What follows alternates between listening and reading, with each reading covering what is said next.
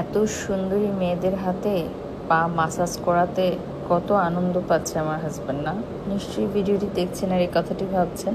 Hello viewers, আসসালামু আলাইকুম, welcome to my another daily blog. আজকে আমরা সিঙ্গাপুরে চলে গেলাম অ্যানাদার ফুট মাসাজ সেন্টারে, যেখানে আজকে আমি আরেকটা ফুড থেরাপি মাসাজ নিলাম। যেহেতু আমাকে এবং আমার হাজব্যান্ডকে অনেক ঘন্টা কাজ করতে হয় আর বেশিরভাগ সময় দাঁড়িয়ে কাজ করতে হয়, তো পায়ে ব্যথাটা আসলে খুব কমন। আর পায়ে ব্যথা না থাকলেও ফুট মাসাজ স্ট্রেস রিলিফ করে। আর এখানে আপনি ছেলের হাতেও মাসাজ নিতে পারবেন, মেয়েদের হাতেও মাসাজ নিতে পারবেন।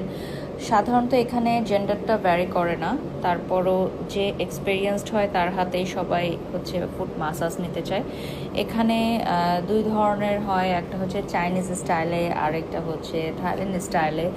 সো আমার কাছে বেশি ভালো মনে হয় যে থাইল্যান্ড স্টাইলটা। আমি যেহেতু অনেক দেশেই ফুট মাসাজ করিয়েছি, সো এটা হচ্ছে আপনার ফুটকে এত বেশি রিল্যাক্স করে দিবে যে আপনার মনে হবে যে আপনি একটা তুলার উপরে দাঁড়িয়ে আছেন। যারা কখনো ফুট মাসাজ করায় নাই তারা আসলে বুঝতে পারবে না। Thanks for watching.